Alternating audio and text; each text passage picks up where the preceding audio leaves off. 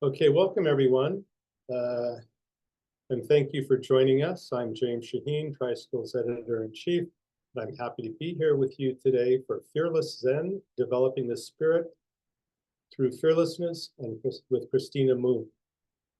This is a Tricycle premium event, so a special welcome to our premium subscribers. If you're not a premium subscriber, you can subscribe at tricycle.org/subscribe. We hold these events monthly. Tricycle is a nonprofit, and if you'd like to learn more about our mission or donate to Tricycle, visit tricycle.org/donate. We'll be leaving time for questions at the end of this hour-long session. You can ask a question by typing it into the Q&A tab at the bottom of the screen. We'll get to as many of your questions as we can. Today's Zoom session will be recorded. We'll share the replay link in a follow-up email to those who cannot make it, to those of you who have, in case you want to review it or see it again. So my guest today is Cristina Moon. She is the author of 3 Years on the Great Mountain, a memoir of Zen and fearlessness about her first 3 years training in Zazen, which is seated meditation, Kendo, or the way of the sword, Chado, the way of tea, boxing, and ceramics at Daihonzan Chozen-ji, a Rinzai Zen temple and martial arts dojo in Honolulu. I'm sorry if I got the name a bit mangled. Prior to living at Chozen-ji, Cristina was a human rights and social change activist, designing and leading movements to champion human rights and democracy in Burma, eliminate nuclear weapons worldwide, expand economic opportunity through the sharing/gig economy, and more. In 2016, she graduated from the Stanford University Graduate School of Business with a master's in the science of management. So welcome, Cristina. Hi, James. Thank you so much for having me today. Yeah, it's a great pleasure. So your book is about your first 3 years at Chozen-ji. Can you tell us about Chozen-ji? First, you said the name completely correctly. Okay. Just wanted you to know. Okay.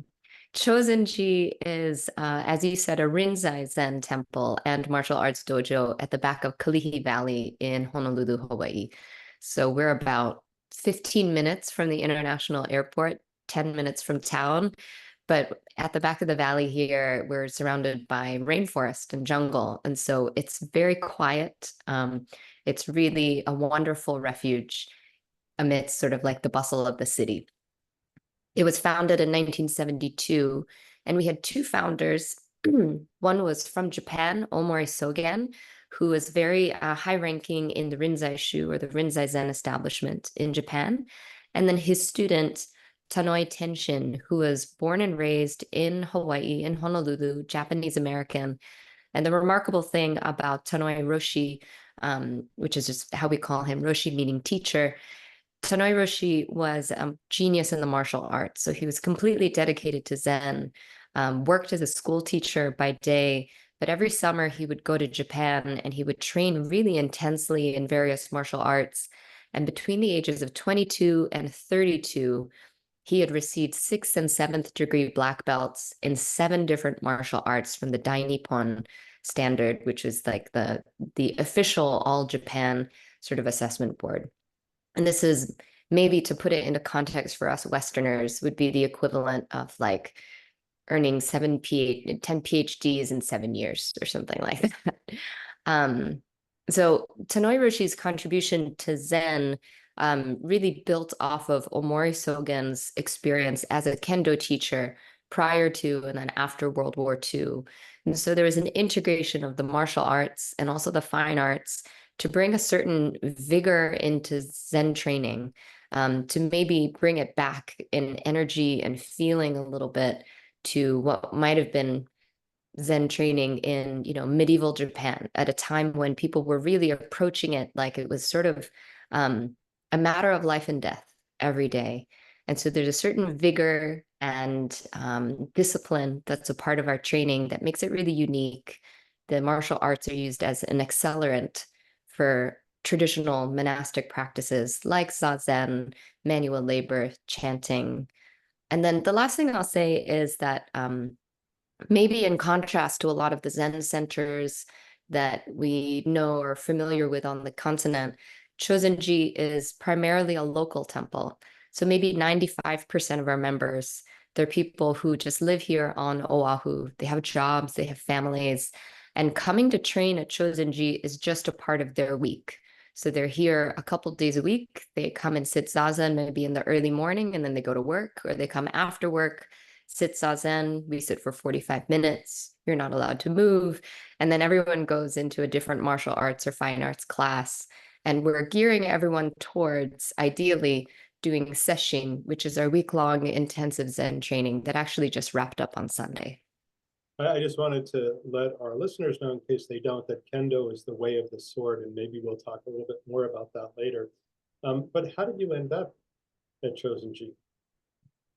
So I was doing as serious a kind of Buddhist meditation as I could for maybe 12 years. That journey took me from Goenka Vipassana to Insight Buddhism to the jhanas practice. And then in 2017, I was at an inflection point in my life. And then quite coincidentally or synchronistically, I got a message from an old friend who had been training here at Chozen-ji for about 15 years. And he and the new abbot had just taken over, and they really wanted to bring in some new blood, people who are going to train hard in Zen, younger folks. And so he had reached out to me and just said, "Oh, hey, if you're ever in Hawaii, come and visit." And wouldn't you know, seconds before, I had just finished messaging a friend and said, "I will meet you in Hawaii in January." And so it just felt like the timing was something I couldn't ignore. Um, Once I went online, I looked at the website, I saw about the relationship to the martial arts, the relationship to Native Hawaiian spirituality and people. It just felt like this overwhelming feeling of, think this is everything I've ever been looking for, except I didn't know that a thing like a Zen dojo existed, so I didn't know to look for it. And so I very quickly sort of found myself imagining a path where this was the training I was doing. When I got here, I was supposed to be here for 3 weeks to do what we call live-in training. And by the second or third day, I think I met the abbot and he asked me how I liked it. And I said, "I like it very much. I want to stay. Can I start with a year?"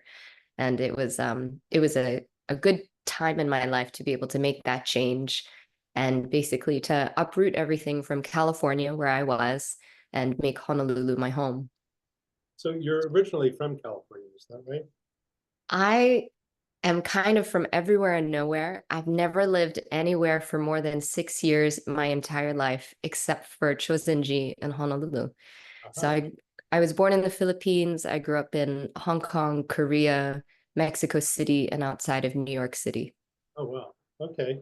So martial arts are central to your training, but before I ask you about that, can you tell us about your preference for the word training over practice?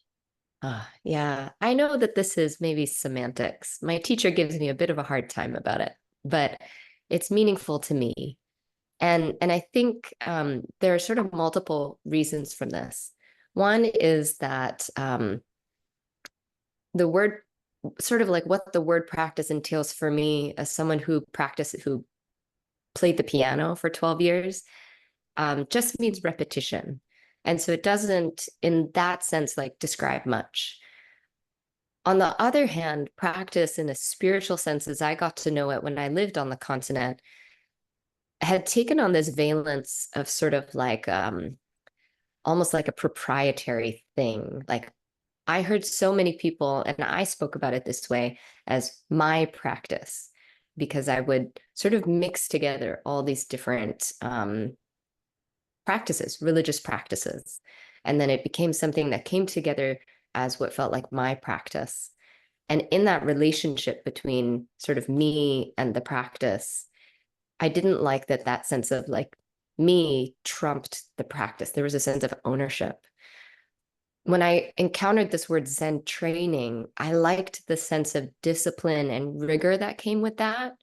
And I liked also the reminder in the word that if you're training for something. And so it always begs the question, what are you training for? And that's something I have to sort of come back to again and again. you know, the more dramatic answer to that might be like you're training for your own death. You're training for the hardest moments of your life. But there's also just this sense of like, what if all of life was just training? So about training, there's one, I can't talk about everything that we talked about in the podcast. Um, and for our listeners, if you'd like to listen to the podcast, I think that Aaron is going to be putting it in the chat. But there is one training in particular I was interested in. Can you tell us about Hojo and the Hojo kata? I found that very interesting. The Hojo is a sword form that we train in here at Chozen-ji. It's a 500-year-old sword form. It was created in Japan. We train in Hojo as part of our Kendo class. And the Hojo is what's called a kata. So you're probably maybe more familiar with a kata from, say, karate. There's a set prescribed set of movements, almost like a choreography. And then the Hojo kata is between two people. So you have one side that's called shin or mind, and the other that's called kage or shadow. And there are four movements to the Hojo kata. They represent each of the seasons: spring, summer, fall, and winter. And the purpose of training in the Hojo is to uproot all of your habits since the day you were born. And the way that it does this is by being intentionally, in some ways, awkward. There's a particular kind of walk. You have to breathe in these ways that are unnatural, but you have to learn to do it in a way that feels natural and effortless. Um, I think, well, I know that when we did our podcast interview, James, you were asking me to, or it came up, I was demonstrating sort of the Hojo breathing. And I know you were sort of struck by how naturally it came to me, but how ferocious it seemed. And there's that sense of like, you know, wanting other folks to see it. Um, and I write about it in my book, the first time that I learned it and how awkward it was. It's this kind of this Hojo or Nyo breathing where you're facing directly at your partner or opponent. And then you're breathing in with your mouth open as if you're swallowing the air. You're going, and there's a slight downturn at the corner of your lips. And then as you exhale, you close your lips and you go. And when I first started doing this, it felt, I was so self-conscious. I was looking at myself in the mirror in the dojo, and all I could sort of liken myself to was this like pathetic clown, like with this really, really overly exaggerated downturn in the lips and just very awkwardly, almost in a childlike way, sort of stumbling my way through this. So that's sort of just one example of like you train in the Hojo and you start to learn how to embody this really different energy, this different persona. And part of the reason that we do things like that we train in the martial arts, that we just go for it 100%, is to get out of that sense of like who I am, how I usually act, how I would want to do things. And then to start to cultivate actually just could I do what was necessary in the moment? For play whatever role needs to be played as a leader, as a member of a community. Sometimes that means being ferocious. Sometimes it means being soft and kind. And we have to break out of our own habits to be able to embody whatever role it is that needs to be played in any given moment. And that's where the martial arts and things like the Hojo, which was designed to uproot your habits since the day you were born, become really powerful. Maybe you're too self-conscious, but I loved it when you did it on the podcast, when you actually demonstrated for us, but I won't push you into that corner. You also mentioned how these trainings that you do, whether it's ikebana, flower arranging, kendo, as I mentioned, the way of the sword, the tea ceremony, or just moving rocks and using brute strength, can cultivate qualities that break through into your everyday life. Can you give us an example of that? How these trainings sometimes erupt into your everyday life, and your everyday life therefore becomes kind of training once it's that. Yeah, maybe one crossover example that I'll give is I was in my first couple of months here, I was on the board of a nonprofit where the co-executive directors were experiencing a lot of conflict. And I was really tormented by like what it was that I should do. And one day I found myself just really ruminating on what was going on, what I should do, being really, ticked off and frustrated at the situation. And sort of honestly, without thinking about it, I had been training in Kendo at that point for several months, but without thinking about it, without it being premeditated, I suddenly had the feeling, like the psychological and the physical feeling, so maybe the psychophysical feeling of Kendo, of you see your problem, your opponent, and you rush towards it, you cut straight through, you cut to the center and run past. And so it wasn't like I was imagining my rumination as an opponent. I was just stuck in the feeling of rumination. But then all of a sudden I had the feeling of kendo, just men cut through and get to the other side. And all of the stuckness that I had felt, that rumination and frustration and anger, sort of suddenly fell away. Um, I think that's a very sort of like rudimentary example of how the training felt like it infiltrated and it started to influence other parts of my life. In that way, it was so stark. And then later on, it's become just really intuitive and like almost not noticeable because it's very natural.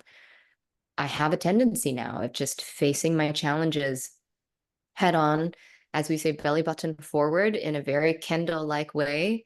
And then in the same way, when I have guests, or say if we're having a meeting, um, it's very easy for me to channel sort of some of the things that I learned in tea about how to embody a certain feeling, how to make people feel welcome, how to be sensitive to just what's needed by other folks in that moment.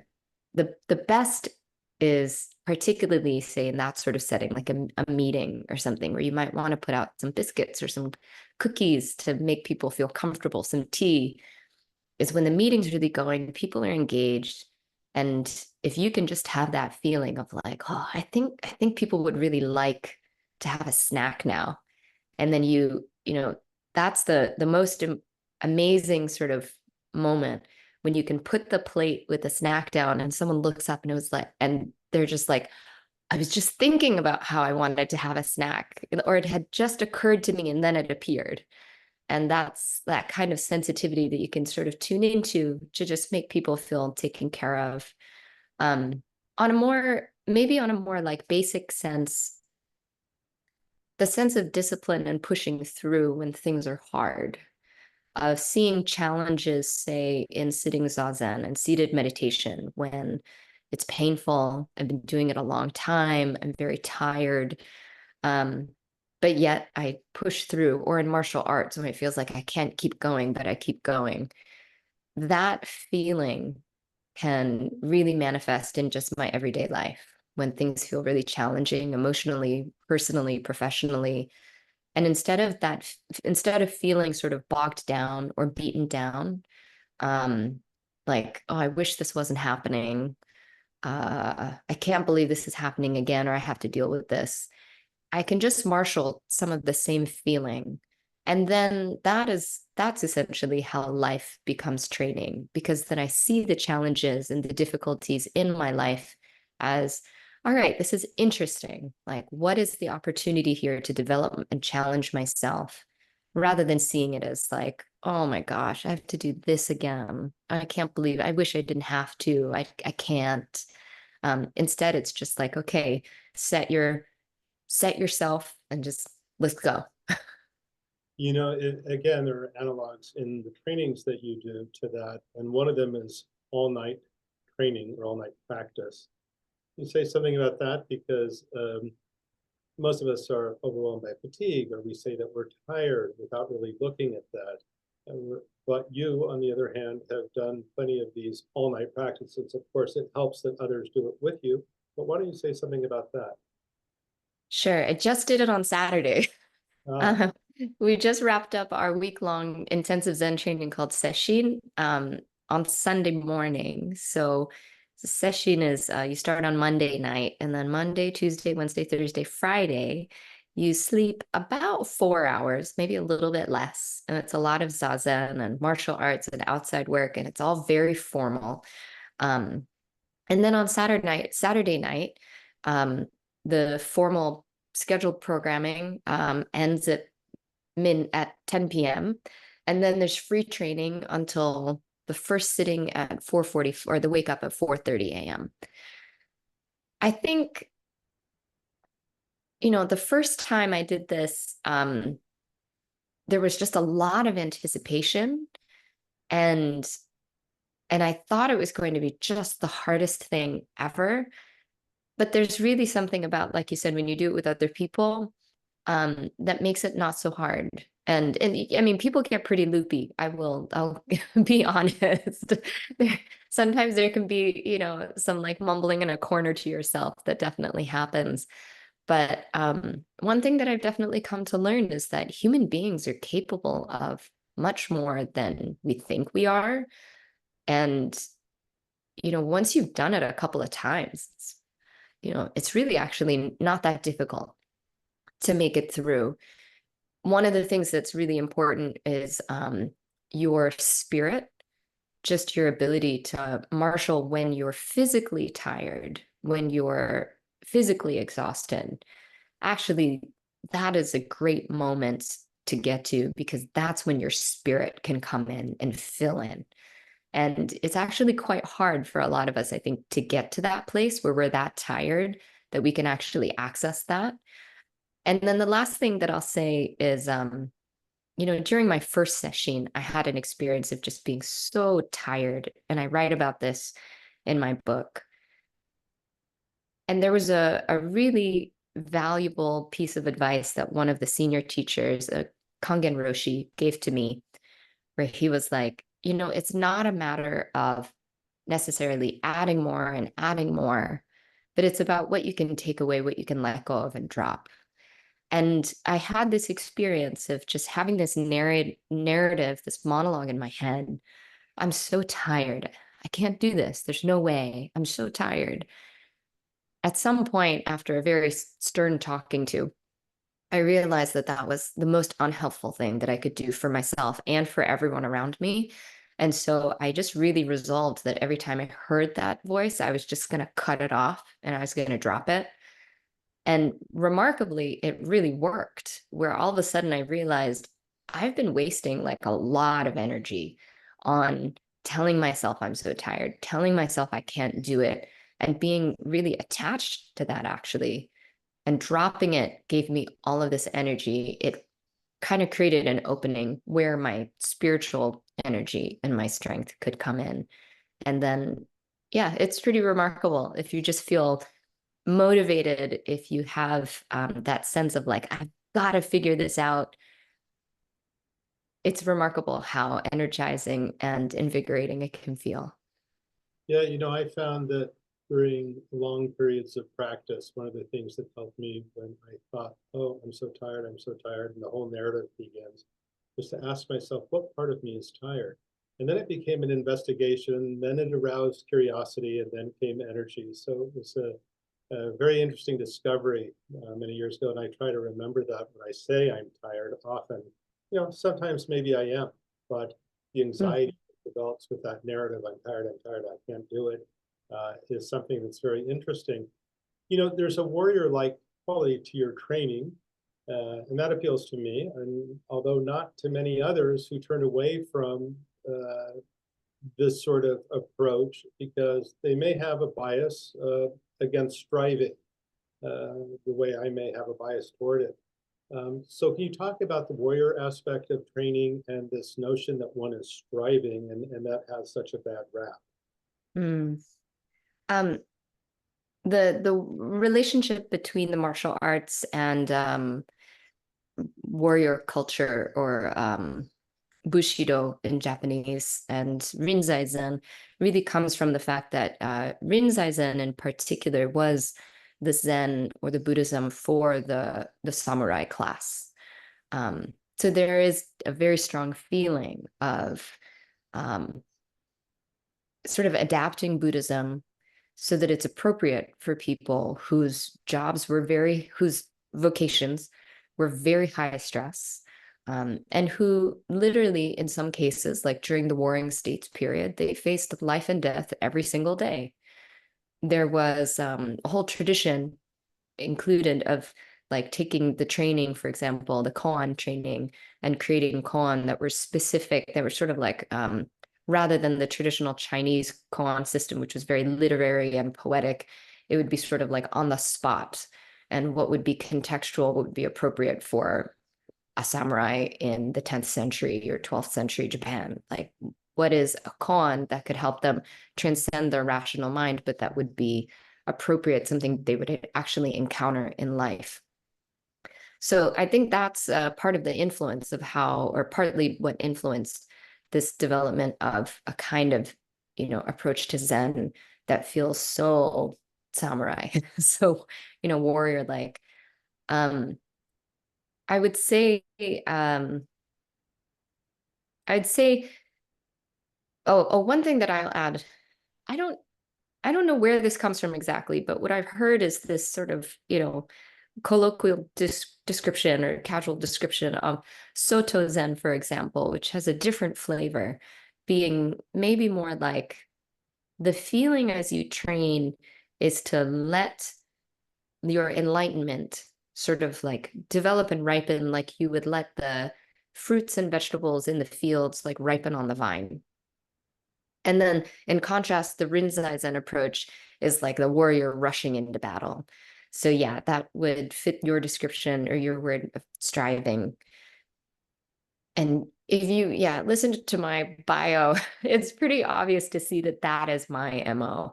I've always been a really energetic, proactive person, really curious. I love to learn, and I'm just kind of an intense person. My family is Korean, that might be part of it. And so I just go after things that really intrigue and interest me.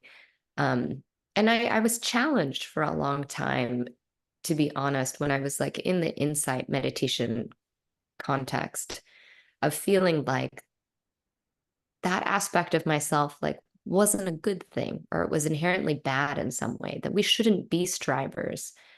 And I think that teaching against striving or about striving comes from a good place, which is, we as Americans, we tend to be too much in our heads. We tend to be like trying to go for the next medal or, notch on our belts.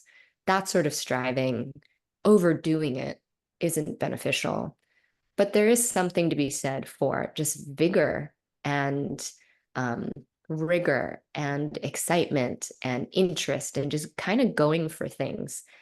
So when you brought up your example earlier, James, of asking yourself what part of you is tired, that is like one approach. And then I think the counterpoint to it would be to have that inquiry not even be a conscious inquiry, but have it just be through the body.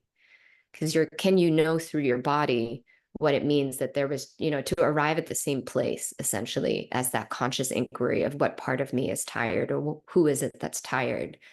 And an approach through the body can get you to the same place.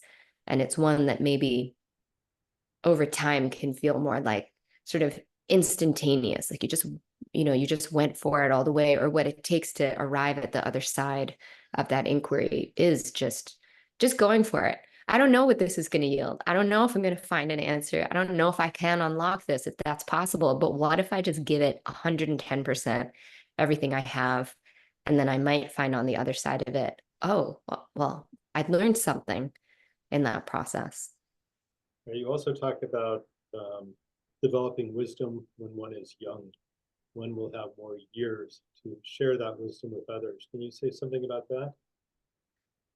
Yeah, my Kangen Roshi, our head priest, had a really great way of putting it the other day, where he described historically how these young men, these teenage boys historically in Japan, their family would have a temple, and they would get sent to this monastery to do really, really grueling hard training. And it had to be that hard because in 3 years, They were going to be sent back to their community to be the anchor for their whole temple and for the whole community. Basically, it would be like, okay, you give us a boy and we're going to give you a man, and someone who can hold everyone, the whole village, at its hardest and best moments. In order to do that, the training needs to be, really, really rigorous and challenging. And that's really sort of like, that's that transformation that can happen. It's not just wisdom, but it's perseverance, it's perspective.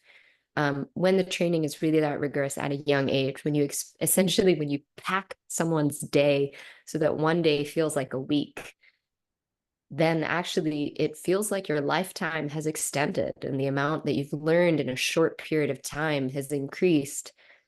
You can cultivate that wisdom that maybe it would have taken you until you were, much older to feel like you'd accumulated, but you can accumulate it in a shorter period of time through intensity, and through this sense of vigorousness and rigor and discipline. And then, yeah, you have the energy at the end of the day after you've done your shugyo, your hardest possible spiritual training. You can actually bring that to bear for your community and to be a leader in the ways that the people around you need you to be. Okay, I just want to remind our listeners that you can ask a question by posting it in the Q&A tab. If you don't see that, you can put it in the chat. Okay, Cristina, you talked about being in our heads a moment ago and breaking through with the body. And you say that one time you felt too coarse, too big, too graceless in your training. You learned, though, to meet these qualities head on with fierce courage. How? Because all of us have felt awkward in our bodies, particularly when we're learning something new. Dojo is an example. Kendo must be an example. But even moving boulders or ikebana or the tea ceremony, where one has a more refined attention, we can feel very awkward. And you pretty much talked about feeling precisely that way and trying to rein yourself in. What was your answer to that? A lot of it is just repetition, simple activities that you do over and over again. Prefacing all of that with Zazen is really helpful, has been really helpful, has been crucial. I think maybe my best answer is something that, my teacher, Sayama Dayan Roshi, that he talks about a lot with me, which is you really need to totally absorb and then transcend the form. The form being the form of the art. So the rules, basically, like how you're supposed to do one thing before the other, how you're supposed to, strike with the sword, how you're supposed to set the flower, serve the tea. When you really subsume yourself completely to get the form correct, at some point you lose your ego and you lose yourself to the point that you can transcend the form, you can break it. And then something much more natural and intuitive arises, something more transcendent.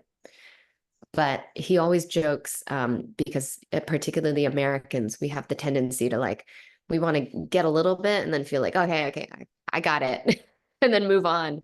And he's very insistent, like, before you can throw something away, you need to actually have it. So you need to truly master the form, then you can throw it away.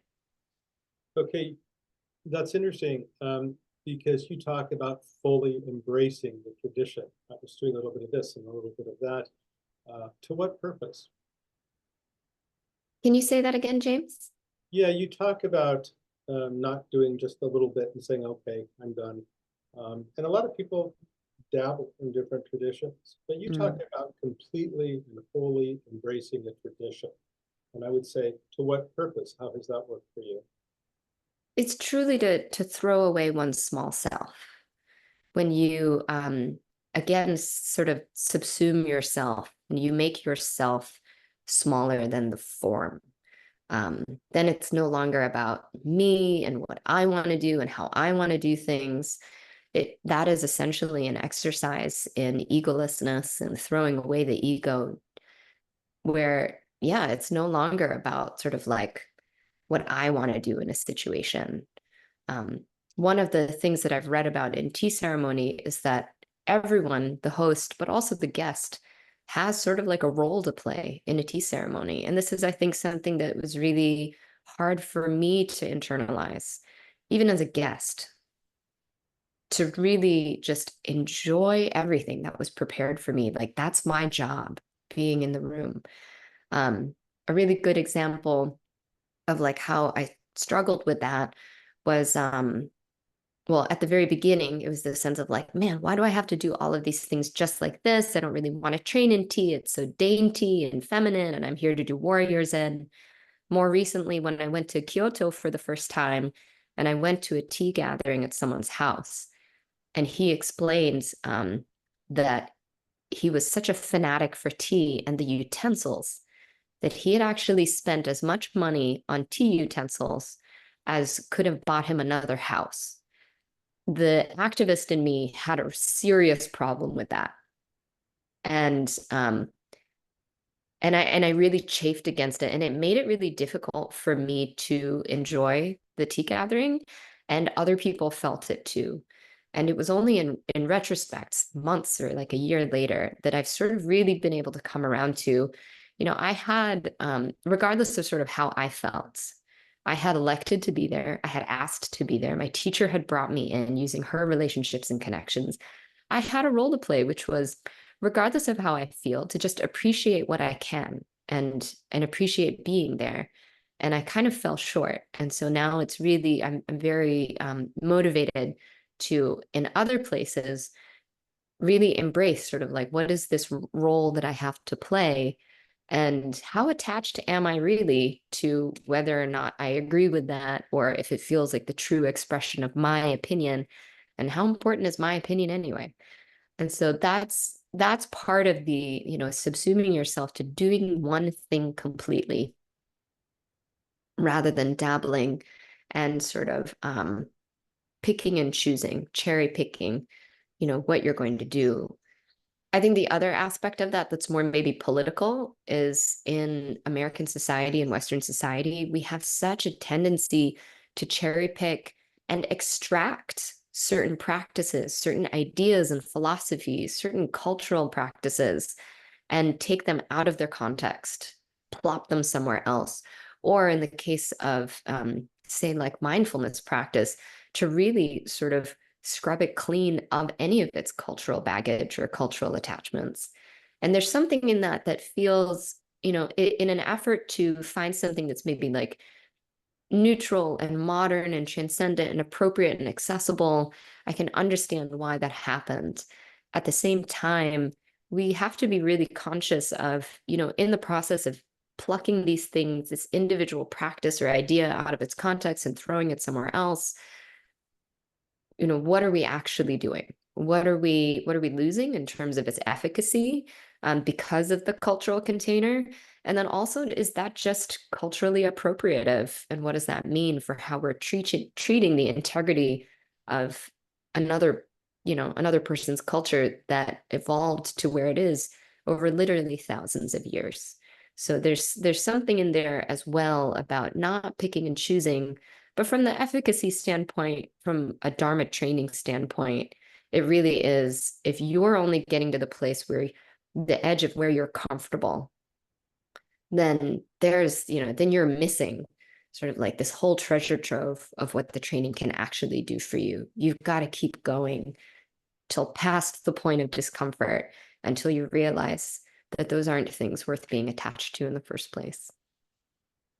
I have more questions, but I feel selfish if I didn't start asking the questions that our listeners have. So I'm going to start with Patrick McCarthy, who asks, Christina, are the practices and forms you've described limited to younger people, or could they also be appropriate and useful for those over, say, 40, 50, or 60 years old? I'm over 40, so yes, appropriate. There's a different way to train when you're in your early 20s as when you're in your 50s. But that doesn't mean that training doesn't exist for people at different ages.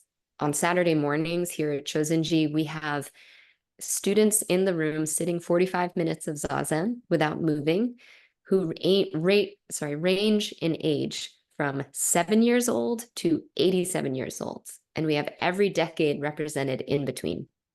And they're training very differently. The 7-year-old is going to the kids' Aikido class after Zazen. And then the 20-year-olds, they're going to calligraphy and boxing class. And then, and actually also the 30 and 40-year-olds are going to boxing class, calligraphy class, and Kendo class. And then, some of the kupuna or our elders, they're going to the Kado, the way of the flower class. They're doing something different. There are different kinds of training for different phases of your life. And I will also say that one of the anchors and teachers of our Kado class also did Kendo when he was in his 40s. And now he's sort of graduated from Kendo and he's an 87-year-old attorney who's still working remarkably and does Kado every Saturday. Yeah, I was struck by the age range in your community. But we have a question from Talat who asks, how has the tea ceremony set of principles of harmony, respect, purity, and tranquility influenced you in daily life or in the ceremony itself? I will be honest. Most of my experience of chado or tea ceremony has been more about the physical experience of it and less about the philosophical principles, although I do have a really deep appreciation for them.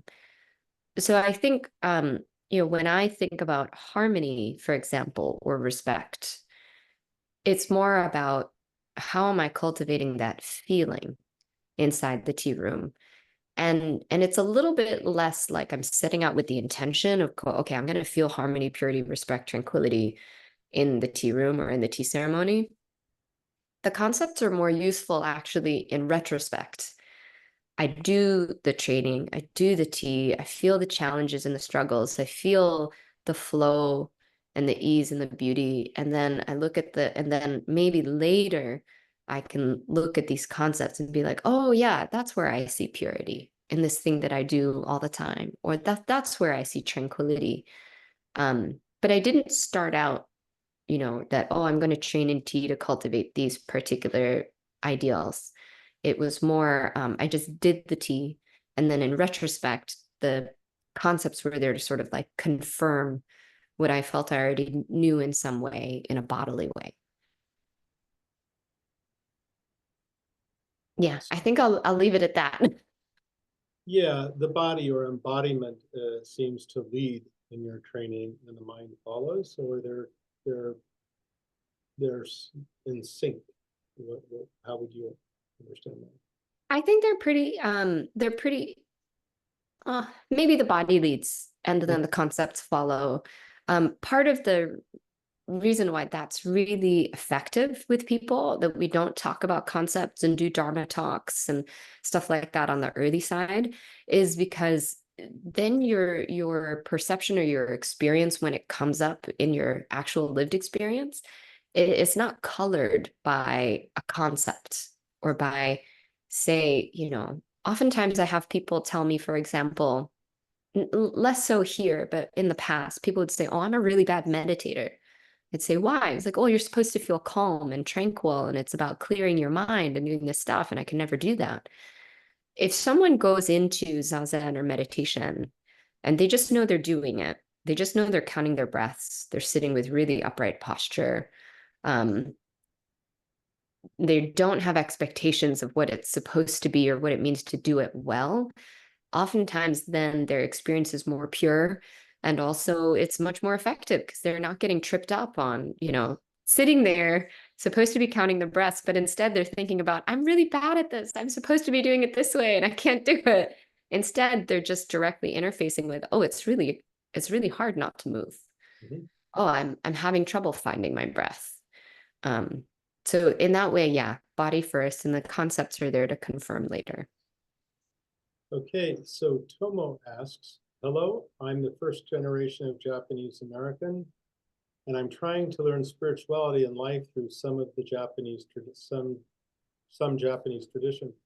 One of my focus practices is facing death in practice. The one question through curing all of your practice, which I have high respect for, is to be present I would also like to ask you about some of your perspective on the reincarnation life, if we believe it or not. I worry about the future and have regrets about the past, facing death and so on. How would you relate? I hope I got that all right. Well, if you can begin with facing death, Mhm. because the great death is operative in your practice. So why don't you take it from there? Yeah, I actually wrote about that not that long ago. Um, because I was asked, my teacher, his neighbor, was going through medical aid and dying. So medically assisted, they don't call it medically assisted suicide, but it is dying with medical help. He was at the end of a very long terminal illness and he was in his 90s already. And Sayama Roshi asked me to come and help. And it was the first time I was in that sort of situation. And it did really make me reflect on, I'd never been in the presence of someone who died in front of me. I'd been with my grandmother when she was on hospice, but she died a couple days after I saw her. And so this was really, I was there, I was holding him and keeping track of his pulse as it slowed down and eventually stopped. That really sparked the same inquiry as Tomo is going through of what does it mean to face and prepare for my own death.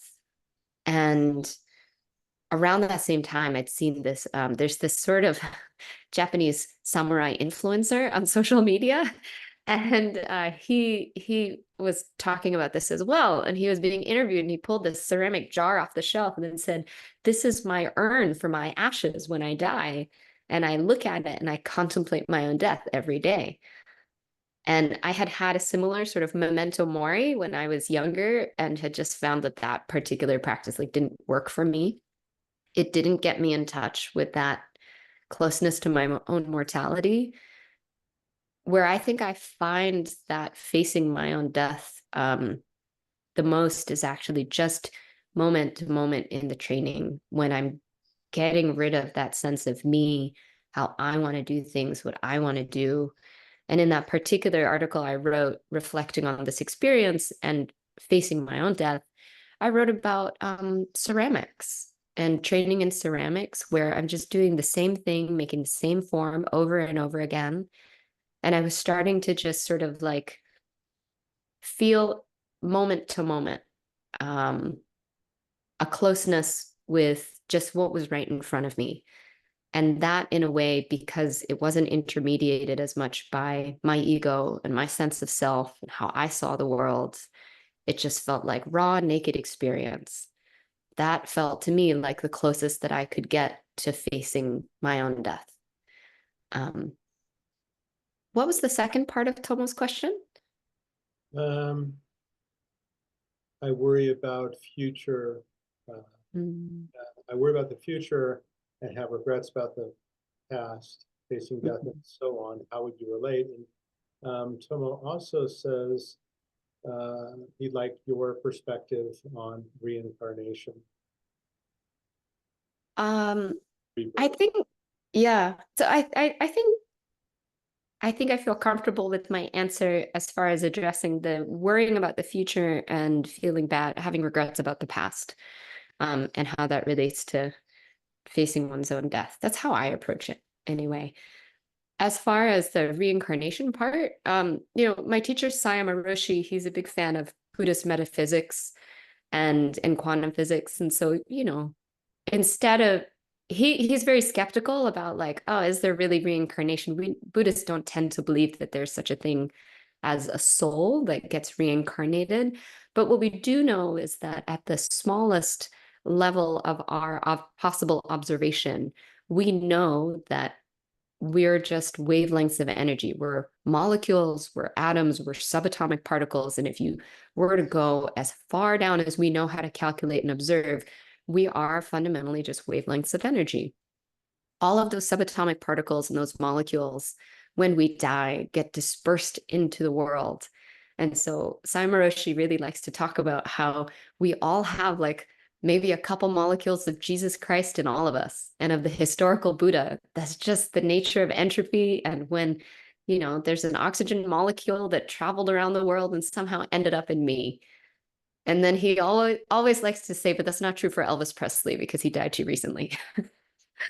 and um, and so in that way, he talks about that's his framing of reincarnation in the sense that the vibration of who we are, the pieces that make up who we are, they get distributed and they take form and they experience life again in all these different ways. And maybe, that's the larger, more transcendent, sort of like everlasting thing, consciousness being to focus on rather than, oh, reincarnation, like I'm like Cristina is going to be here on this planet again. But we're all just part of this continuum of life that will continue in some way, shape, or form, climate catastrophe notwithstanding. Okay, an anonymous attendee references the urn that you mentioned, the gentleman who had the urn and would look at it and says or asks, if you had to put a phrase on that urn for daily reflection, what would it be? I wouldn't. You wouldn't. Okay. Yeah. Yeah. Okay. Let me see. Jack Russo asks, density of experience, or DOE, is an important concept. What other books exist on this timeless concept?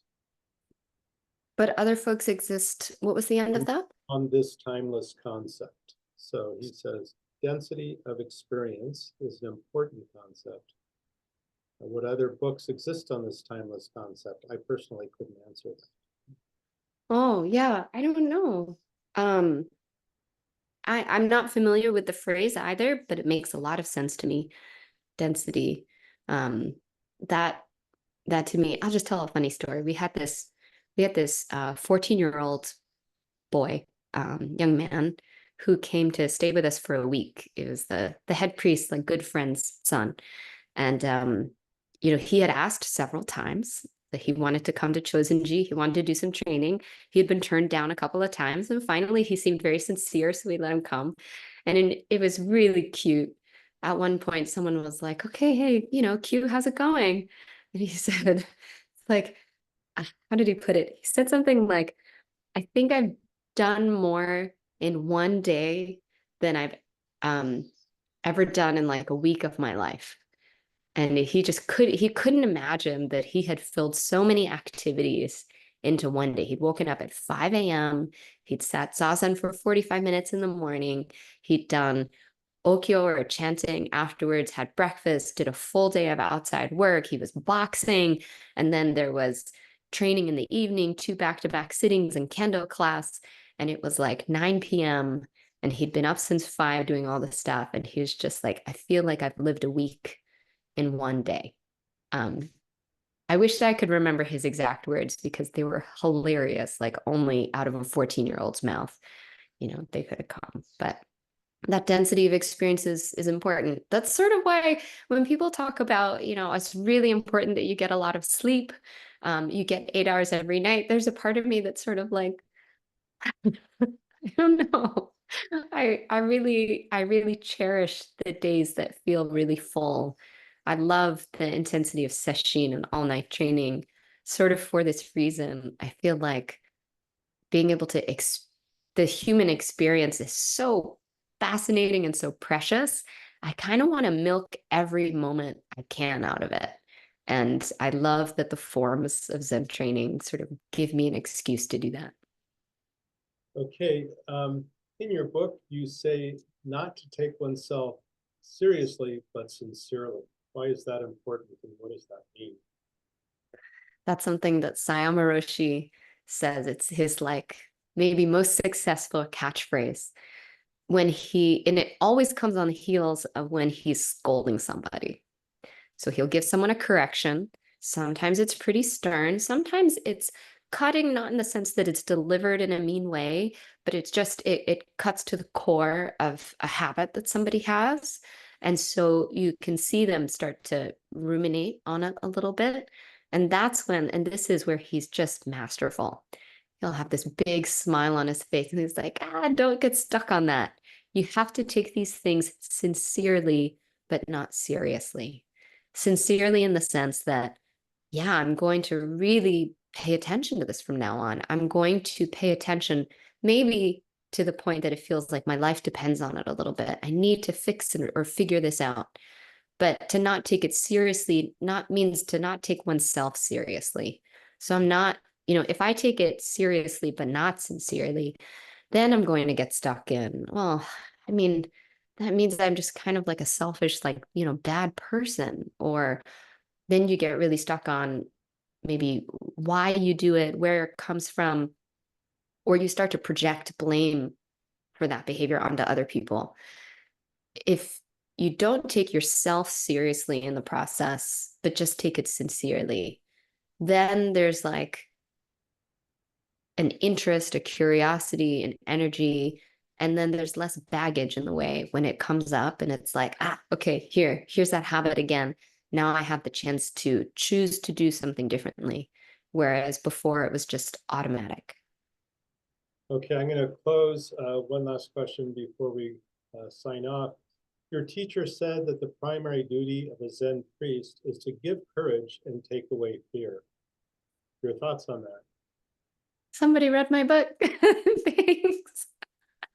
Um, there's a backstory that comes from our founder Omori Sogen about the origins of this idea that to be a Zen priest, to be a Zen person, is to give fearlessness. I think it goes hand in hand with the rigor and the discipline of our training, and it really is to find the ki, or the vital energy, that vibration, your sort of energetic signature, your being, your presence, that's going to create that feeling of just taking away people's fear, taking away people's suffering. So maybe one way of looking at that is, it's not so useful maybe to be able to give a really good Dharma talk and to talk about these things as concepts, if at the end of the day, you don't, through your presence, just make people feel invigorated, happy, and free. If you make them feel stressed out while you're talking about non-attachment or the Four Noble Truths, then maybe something is missing from your self-cultivation. And so I really love and have embraced this idea that my greatest sort of responsibility as a Zen person, as a Chozen-ji person, is to give fearlessness. And I just do it by trying to be as bright and natural and authentic to sort of myself as I can be. Okay, thank you, Cristina, and thanks everyone for joining us. If you'd like to learn more about Cristina or read her book, visit CristinaMoon.com. The link is in the chat to both the site and the book. The book, again, is 3 Years on the Great Mountain, a memoir of Zen and fearlessness. Again, Tricycle is a nonprofit. If you'd like to subscribe, visit tricycle.org/subscribe. If you'd like to donate to Tricycle, visit tricycle.com/donate or tricycle.org/donate. So thanks again, and we hope to see you soon. And as before, Cristina, it was lovely talking to you. Thank you so much, James. Thank you to everyone on the Tricycle team. Thank you for everyone for tuning in today. Okay, and we're hoping that Cristina will contribute more in the future to the magazine. She's a lovely writer, and we really enjoyed her book. So thanks, Cristina.